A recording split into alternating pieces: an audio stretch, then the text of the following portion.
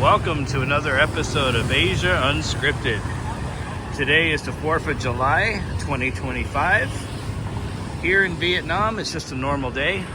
Here's an entrance into the metro station, Opera House Station. Here in Vietnam, it's just a regular day. So, regular work day. In the States, of course, it's a holiday. We celebrate our independence from England, and people will have barbecues, they'll go to the beach, get together with family. It's a big 3-day weekend. A lot of people, though, these days are not happy with living in the U.S. It could either be, cost of living is too high, the politics is getting to them. There's just many reasons these days. People are looking elsewhere for places to live, especially people who are not tied down, with a house payment or tied down with a family. A lot of people are looking to escape, move to other countries. A lot of people love the Philippines. A lot of people love Mexico, Colombia. Not a lot of people think about Vietnam, and I think they should. I've been in Vietnam on and off for, 9 years, 8 or 9 years. I forget if it was 2016 or 2017 when I first came here. There's the City Hall of Ho Chi Minh City, which just got a lot bigger on July 1st. They reorganized all the different provinces in Vietnam. Well, not all of them, but many of them. So now places like Bung Tao, which is 2 to 3 hours away, is now a part of Ho Chi Minh City. Which is crazy, but it is what it is. Anyways, a lot of people need to consider Vietnam, and I'll explain why.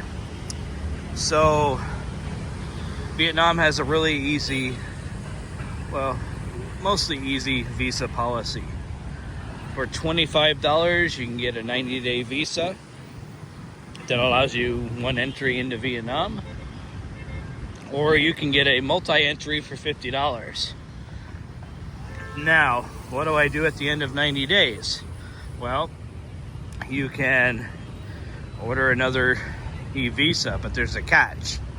You got to be out of the country when you're doing it. So every 90 days, maybe you'll have to do a border run.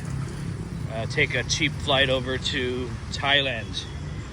Some agents can speed along those e-visas so you can be back the same day if you wanted to. But, for me, I would just recommend, enjoying a few days in Bangkok or Seoul, South Korea, or Taiwan, or the Philippines, Vietnam's also one of those countries where they're not going to question you if you repeat this over and over again. Places like Thailand, after the second or third entry, they start questioning you, like, what are you doing here? Why are you here so much on a tourist visa? Vietnam, they really don't do that. In fact, a lot of the border agents at the airport, for example, don't even speak English. So, obviously, if they don't know English, they're not going to be questioning you about why you're here so much. I've known expats that have been here for years doing that. And right after COVID, they were doing border runs every 30 days because that was the requirement. Vietnam did relax it to 90 days, which makes it a lot easier. So,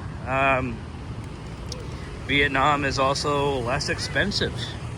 So, you can rent a little studio apartment for $300. Comes with cleaning, comes with, in some cases, it comes with laundry. Your Wi-Fi is paid, your cable's paid, you just pay for electric. So, and you don't need to fill out an application. You don't need to go through a credit check. You don't need to list references. As long as you have the deposit money, The landlord will take you, and you can move in the same day. So that's really great. My apartment costs $275 a month. I get housekeeping once a week. They do my laundry 3 times a week. The only thing I pay for extra is electric. So, but the sky is the limit. You can get nice apartments that would cost thousands of dollars in the US for, $1,000 or less. If you want to live in a high rise, if you want to live in Vin homes, yeah, you can get a studio there for $600 or $700. Sure. So less expensive. You can have a bowl of pho for $1.25. When I was in Montana, that same bowl was $18. It's probably more now. It's been a couple years. So you can save a lot of money that way. Oh, by the way, we're on Walking Street. It's mostly a nighttime thing, but obviously there's people here in the daytime doing their thing. So living is less expensive. Even if you order food delivery, the delivery charge is $1. I mean, it is way cheaper than Uber or DoorDash or any of those American apps. Getting around in a taxi, just a couple of dollars. If you get on a motorbike taxi, even less. So we got easy visas. We got cheaper rents, cheaper food, safety. You don't have to worry about walking around the big city. If you go to Chicago or New York or Philadelphia or Baltimore, you gotta watch your back all the time.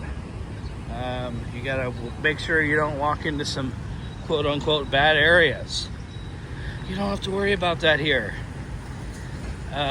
Any place you walk around, you're mostly safe. So the biggest crimes I've seen here against foreigners is phone snatching. So if you use your phone too close to the road, someone on a motorbike might roll up and snatch your phone. It's unfortunate, but you don't have to worry about getting stabbed or shot here. Just takes, just some common sense, and you're okay. All right, so that's part 1 of this video. So we'll do part 2 and talk a little bit more about living overseas. So for Asia Unscripted, this is Jason. I'll see you guys soon. Later.